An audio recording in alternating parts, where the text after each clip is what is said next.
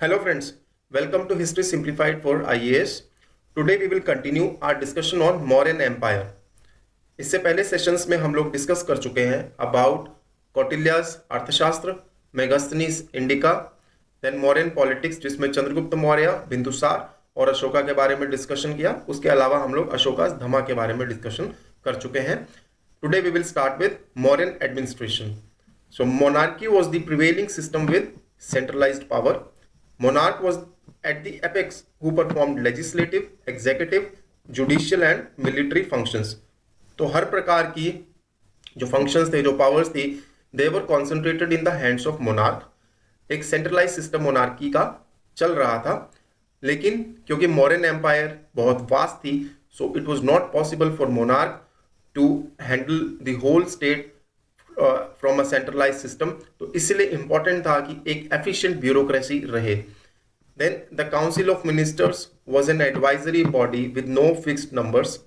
मंत्री parishad adhyaksha was the head of council of ministers. तो एक मंत्री परिषद थी जिसमें मंत्री परिषद अध्यक्ष नाम से एक मिनिस्टर था जो उसका हेड था. Then this council of minister was an advisory body, advise करती थी मोनार्क को मैटर्स के ऊपर. हालांकि सारी डिसीजन मेकिंग पावर जो थी, जो फाइनल डिसीजन था, that was taken by the monarch, लेकिन जो एडवाइस काउंसिल ऑफ मिनिस्टर्स दे रहे थे, that must have been very important for the monarch. Then yuvraj, purohit and senapati were important in decision making. The efficiency of the administration dependent on the vast bureaucracy. तो जैसे कि हमने बोला कि ब्यूरोक्रेसी होना बहुत इंपॉर्टेंट था उनके लिए, बिकॉज वास्टनेस जो थी एम्पायर की वो बहुत ज्यादा थी. Then modern administration was divided into various departments for efficient working. Efficient working के लिए काफ़ी ज़्यादा डिपार्टमेंट्स में इसको डिवाइड किया गया था. उन डिपार्टमेंट्स के बारे में हम देख लेते हैं कि कौन कौन से डिपार्टमेंट इनके इंपॉर्टेंट थे. तो उन डिपार्टमेंट्स के लिए इन्होंने सुपरिंटेंडेंट ऑफिसर्स को अपॉइंट किया हुआ था. तो देख लेते हैं डिपार्टमेंट्स के नाम. पान्याध्यक्ष. पान्याध्यक्ष ये एक सुपरिंटेंडेंट ऑफिसर है. ये सुपरिंटेंडेंट किसके हैं? कॉमर्स के. तो जो डिपार्टमेंट ऑफ कॉमर्स है, that was being handled by panyadhyaksha. Then navadhyaksha which who was the superintendent of ports, ships and navy. तो ये ना सिर्फ एक जनरल डिपार्टमेंट है but also it is a military department. तो नेवी भी जो है इनके अंडर में ही थी. Then suradhyaksha who was superintendent of excise. Then pautadhyaksha was superintendent of weights and measures. Then Lakshmanadhyaksh was superintendent of mint. Then Akaradhyaksh was handling mines. Then Samastadhyaksh was superintendent of markets. Shulkadhyaksh was responsible for collection of tolls and duties. Then Sitadhyaksh was responsible for crown land for agriculture. तो ये जो सिता है, सिता का मतलब है crown land. तो जो इसके लिए रिस्पॉन्सिबल है, that officer was known as सीताध्यक्ष.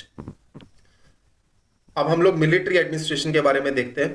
According to Megasthenes Indica, officers in charges of soldiers look into the proper functioning and training of various bodies of army. ये हम लोग इंडिका में पहले डिस्कस कर चुके हैं कि आर्मी को 6 विंग्स में डिवाइड किया हुआ था, जो जिनके नाम थे navy, transport, then infantry, cavalry, war chariots and war elephants. तो ये 6 विंग्स के अंदर आर्मी को डिवीजन कर रखा था. तो ये 6 डिविजन्स थे उसके. Then military organisation was divided into different categories that included hereditary troops, maula, hired troops, bhritakas, then forest tribes, atavibala and those who were supplied by allies, they were known as mitrabala. तो यहां पे ऐसे लगता है कि जो हेरिडिटरी ट्रूप्स है, हुवर मौलास एंड जो भृतकास है, they were the part of standing army. उसके अलावा अतिविवाला और mitrabala, that would have been the additional forces. Then there was one espionage department which was being headed by mahamatya apasarpa, and there were spy agents who were known as gudha purushas who were reporting to this official. तो ये हो गया espionage department. पहले ये 6 wings के बारे में हमने देखा, उसके बाद ये एक एस्पियोनेज डिपार्टमेंट भी इसके साथ साथ था. देन सेनापति headed several adhyakshas of different bodies of the army, अलग अलग बॉडीज के लिए अध्यक्ष थे जो रिपोर्ट कर रहे थे सेनापति को। तो देख लेते हैं, padadhyaksha infantry wing, then ashvadhyaksha cavalry, then navadhyaksha navy and ships, then rathadhyaksha chariots and hastyadhyaksha war elephants, और ये आर्मरी का हो गया आयुधा घर अध्यक्ष, ये आर्मरी को की देखरेख कर रहा था ये ऑफिशियल। तो इस तरीके से इन्होंने अलग अलग अध्यक्ष अपॉइंट किए हुए थे आर्मी के अलग अलग विंग्स के लिए। देन हम लोग प्रोविंशियल एडमिनिस्ट्रेशन देखते हैं मौर्यन एम्पायर का। Mauryan empire was divided into 4 provinces apart from centre at Pataliputra. तो पाटलिपुत्र में मौर्यन एम्पायर का सेंटर था, उसके अलावा 4 प्रोविंस और थे with capitals at Takshashila in north west, then Ujjain in the west, Suvarnagiri in the south and Tosali in the east. Then a prince was the head of a province. हर एक प्रोविंस में एक प्रिंस को एज हेड बना दिया जाता था। The Prince was assisted by the council of ministers who checked the activities of the prince. The council in the province had more powers than their counterparts in the center. तो इसका reason ये है कि province में council की powers come क्यों थी, ज्यादा क्यों थी रेदर देन सेंटर, क्योंकि प्रोविंस में ये काउंसिल्स में जो ऑफिशियल्स थे इनका काम था प्रिंस के ऊपर चेक रखना, जो कि सेंटर में रिक्वायरमेंट नहीं थी लेकिन प्रोविंसेस में थी। तो ये काउंसिल ऑफ मिनिस्टर्स और ऑफिशियल्स प्रिंस की पावर्स को चेक कर रहे थे। Then mahamatras and amatyas assisted the prince in the administration of the province. तो महामता हो गए मिनिस्टर्स, अमात्यास हो गए ऑफिशियल्स, जो हाई रैंक ऑफिशियल्स थे उनको अमात्यास बोला जाता था। ये प्रिंस की हेल्प करते थे एडमिनिस्ट्रेशन में, साथ के साथ इसकी पावर को चेक करके रखते थे। Then pradeshikas were in charge of the overall administration of the districts. That means कि पहले पूरा एम्पायर हो गया, एम्पायर को फिर डिवाइड किया था प्रोविंसेस में, then these provinces were further divided into districts. तो ये डिस्ट्रिक्ट्स का ओवरऑल चार्ज जो था that was in the hand of pradeshikas. Then rajukas were responsible for surveying and assessing land. तो ये भी डिस्ट्रिक्ट लेवल पे ऑफिसर था राजुका, इसका काम था लैंड को असेस करना और सर्वे करना। Then at the intermediary level, तो इंटरमीडिएटरी लेवल क्या हो गया, जहां पे 5 to 10 विलेजेस का एक ग्रुप बना लिया। Gopas were accountants and sthanikas were responsible for tax collection. तो ये 2 इंपॉर्टेंट ऑफिशियल्स हो गए हमारे लिए, स्थानिका हो गए टैक्स कलेक्शन के लिए और गोपास हो गए accountants. Then king was the overall head of judicial system. तो जुडिशियल सिस्टम के बारे में देख लेते हैं। ओवरऑल हेड हो गया किंग। देन उसके बाद महामतास, प्रादेशिकास and राजुकास were also responsible for judicial proceedings at various level. That means कि जो बहुत ही इंपॉर्टेंट केसेस रहते होंगे उसका जो रिजल्ट है, जो उसके बारे में जो डिसीजन है, that was in the hand of king. लेकिन उसके अलावा कुछ लोअर कोर्ट थे, कुछ स्पेशल कोर्ट्स थे जहां पे महामता, प्रादेशिका या राजुका जैसे officials they were giving the decisions on cases. Then according to Kautilya there were 2 kinds of courts. First was dharmasthiyas and second was kantaka shodhanas. तो धर्मास्त्यास क्या हो गए, जो सिविल मैटर्स के ऊपर काम कर रहे थे, देन क्रिमिनल केसेस के ऊपर जो काम कर रहे थे उनको बोला कंटाका शोधनास। तो ये कौटिल्य के अर्थशास्त्र के अकॉर्डिंग 2 तरह के कोर्ट्स थे। Then the overall administration of town was the responsibility of nagaradhyaksha. Then, according to Megasthenes, city administration was divided into 6 bodies of 5 members each to look after. ये हम लोग पहले डिस्कस कर चुके हैं। To look after industrial art, then foreigners, births and deaths registration, then trade and commerce, and sale of manufactured goods and collection of taxes. Industrial art एक तरह से हो गया, जो उस समय उद्योग चल रहे थे उसके बारे में। देन फॉरेनर्स, क्योंकि उस समय सिटी के अंदर काफी फॉरेनर्स आके रह रहे थे, स्पेशली इन पाटलिपुत्र, जो कि इस बात से ही एविडेंट हो जाता है कि फॉरेनर्स के लिए एक अलग डिपार्टमेंट बनाया गया था। Then births and deaths registration के लिए एक डिपार्टमेंट था। देन एक ट्रेड एंड कॉमर्स की देखरेख के लिए हमने पहले देख लिया टोल्स और ड्यूटीज भी इसमें लग रही थी, जो कि अलग अलग पॉइंट्स पे लग रही होंगी, लेकिन सिटी में भी ट्रेड एंड कॉमर्स एक इंपॉर्टेंट एक्टिविटी थी, तो इसके लिए भी सिटी एडमिनिस्ट्रेशन में एक अलग से बॉडी बनाई गई थी। देन मैन्युफैक्चरिंग जो हो रही थी गुड्स में, उसके लिए एक अलग बॉडी थी, और टैक्स कलेक्शन के लिए एक अलग बॉडी बनी हुई थी। Then city officials were also responsible for provision of civic amenities. Then gramika was responsible for overall administration at village level.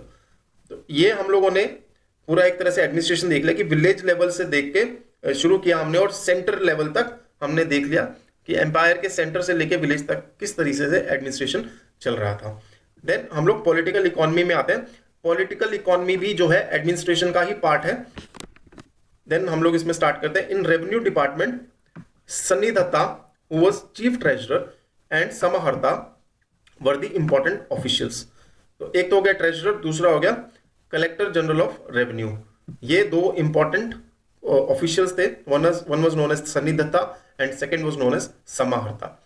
Then state had the monopoly over mining, salt, sale of liquor and manufacturing of arms.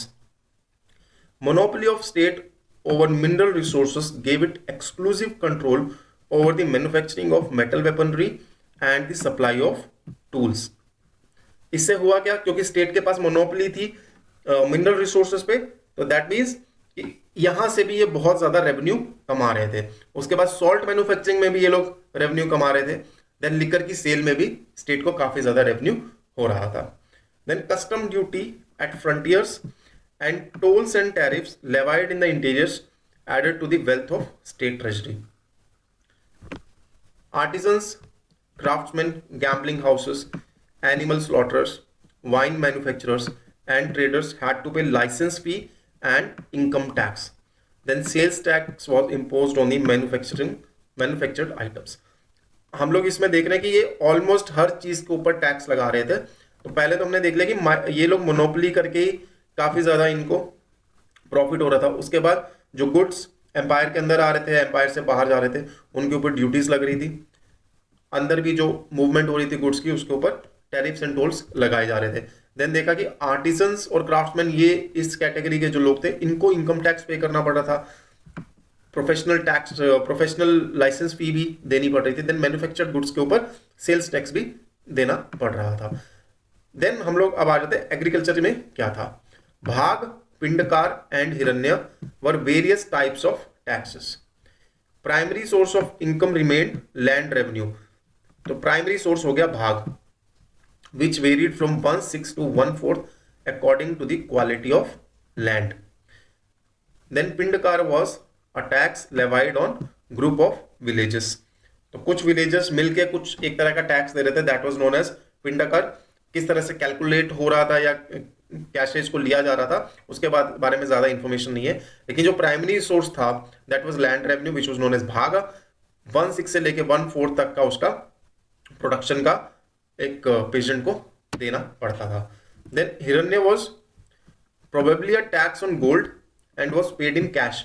देखिए हिरण्य के बारे में ज्यादा कुछ clear नहीं है, लेकिन ये बात क्लियर है कि ये कैश में पे किया जा रहा था। तो प्रोबेबली ये टैक्स गोल्ड के ऊपर था या ये टैक्स गोल्ड में दिया जा रहा था, दैट इसके ऊपर कोई पॉइंट क्लियर नहीं है। लेकिन कहीं पे हमें ये एविडेंसेस भी मिले कि ये कैश में पे हो रहा था, तो इसीलिए गोल्ड में तो पे नहीं हो रहा था, तो that means it was a tax on gold.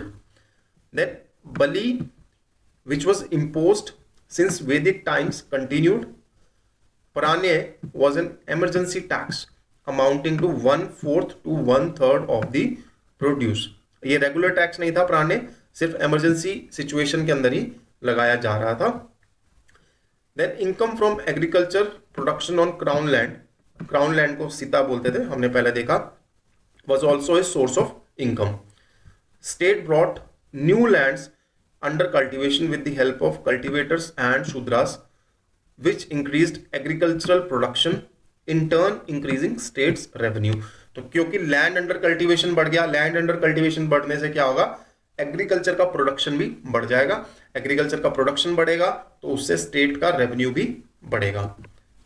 Then coming to economy, agriculture was the most important economic activity.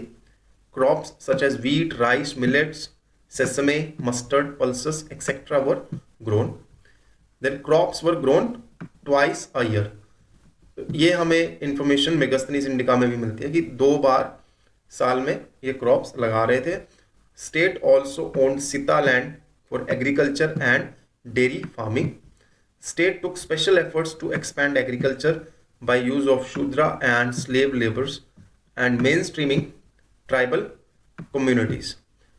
Tribal communities को मेन स्ट्रीम करने से ये इनको फायदा होता था कि जो फॉरेस्ट लैंड था उसमें एग्रीकल्चर का एक्सपेंशन किया जा सकता है.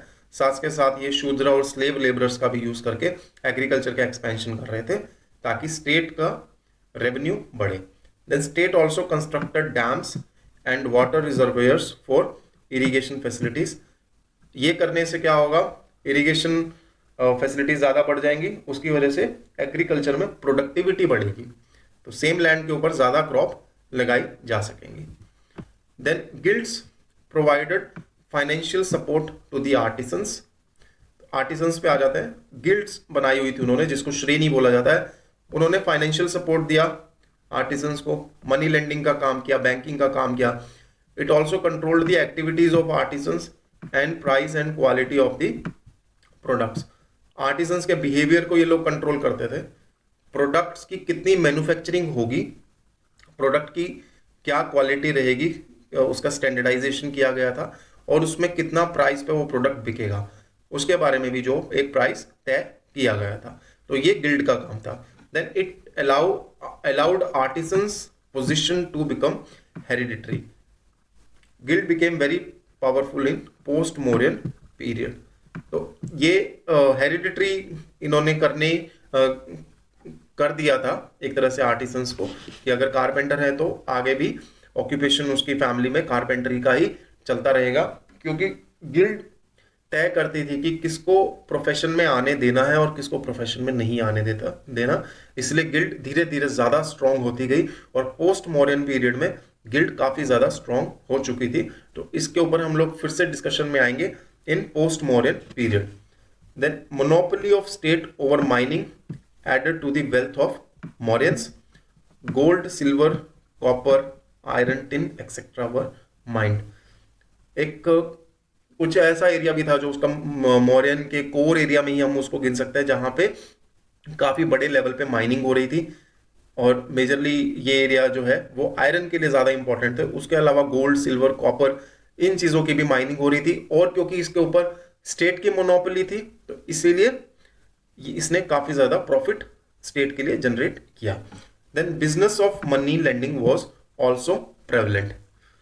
Network of rivers, construction of Patliputra Takshila highway and other well developed road networks boosted trade activities. इन चीजों ने भी ट्रेड एक्टिविटी को बढ़ावा दिया. लाइक रिवर्स का नेटवर्क अच्छा है. अगर हम लोग नॉर्दर्न एरिया से लेके ईस्टर्न एरिया की तरफ देख लें तो काफी अच्छा एक रिवर का नेटवर्क बन चुका था, और उसमें पाटलिपुत्र की पोजीशन काफी अच्छी थी. पाटलिपुत्र से रिवर ट्रैफिक कंट्रोल किया जा सकता था, एंड ऑल्सो जो दूसरे अगर राज्य उसमें रिवर का यूज कर रहे थे उनके ऊपर टोल्स एंड टैक्सेस लगाए जा सकते थे, और कितना ट्रैफिक वहां से जाने देना है या नहीं जाने देना वो भी कंट्रोल किया जा सकता था. उसके अलावा जो इन्होंने रोड्स का कंस्ट्रक्शन करवाया उससे भी ट्रेड को काफी ज्यादा हेल्प मिली. तो ये जो प्रॉफिट इतना, ये हर चीज में इन्होंने टैक्सेस लगाए थे और इकोनॉमी काफी अच्छी कंडीशन में थी, तो इससे हेल्प मिली इनको अपने ब्यूरोक्रेसी को चलाने में. तो आज हम लोग यहीं पे इसको सेशन को एंड करेंगे. एक बार हम लोग देख लेते हैं कि हमने इसमें क्या क्या डिस्कशन किया है आज. देन उसके बाद नेक्स्ट सेशन में हम लोग अगला पार्ट इसमें शुरू करेंगे, जो कि सोसाइटी एंड रिलीजन के बारे में डिस्कशन करना है. तो आज हम एक बार देख लेते हैं क्या क्या हमने किया. तो हमने स्टार्ट किया मॉडर्न एडमिनिस्ट्रेशन से. तो इसमें सबसे पहले देखा कि सेंट्रल गवर्नमेंट किस तरह से चल रही थी, मोनार्की प्रिवेलिंग सिस्टम था. उसके अलावा मंत्री परिषद उसको हेल्प कर रही थी, एंड देन उसमें कुछ जनरल एडमिनिस्ट्रेशन में कौन कौन से डिपार्टमेंट्स थे इसके बारे में हमने यहाँ पे डिस्कशन कर लिया, कौन कौन से उसमें सुपरिटेंडेंट थे. देन उसके बाद मिलिट्री जो इनका एडमिनिस्ट्रेशन था उसके बारे में हमने थोड़ा डिस्कशन किया. मेगास्थनीज इंडिका का रेफरेंस भी इसमें लिया. देन कौन कौन से ऑफिसर इंचार्ज थे और कौन कौन सी विंग्स थी आर्मी की, उसके बारे में थोड़ा देखा. देन प्रोविंशियल एडमिनिस्ट्रेशन के बारे में देखा, मौर्यन कितने प्रोविंसेस में बटा हुआ था, then provinces were further divided into districts, कौन कौन से मेजर ऑफिशियल्स थे जो इन एरियाज को हैंडल कर रहे थे। देन उसके बाद हमने थोड़ा जुडिशियल सिस्टम के बारे में थोड़ा डिस्कशन कर लिया, and then about the city administration and the village administration. Then we move to political economy. Political economy में रेवेन्यू डिपार्टमेंट में कौन कौन से ऑफिशियल इंपॉर्टेंट थे उसके बारे में देखा, एंड देन स्टेट कहाँ कहाँ से अपना रेवेन्यू जनरेट कर रही थी उसके बारे में देखा, जिसमें कि trade and commerce, mineral resources, then tolls and tariffs, and then agriculture ज़्यादा इंपॉर्टेंट थे। यहाँ से ये लोग अपना जो स्टेट का रेवेन्यू जनरेट कर पा रहे थे। अलग अलग तरह के टैक्सेस के बारे में हमने डिस्कशन कर लिया। Then we move to economy. Economy में हमने देखा कि एग्रीकल्चर का क्या कंट्रीब्यूशन था इकोनॉमी के अंदर, और एग्रीकल्चर को किस तरह से मौर्यंस ने बढ़ावा दिया। And then we talked about the guilds, जो कि पोस्ट मौर्यन पीरियड में और ज़्यादा डेवलप हो गई थी। And then the trade and commerce, कि ट्रेड एंड कॉमर्स को किस तरह से इस पीरियड में बढ़ावा मिला। तो यहाँ पे हम लोग खत्म करते हैं, and in the next session we will discuss about the society and religion during the Mauryan period. Thank you very much for now and have a very nice day.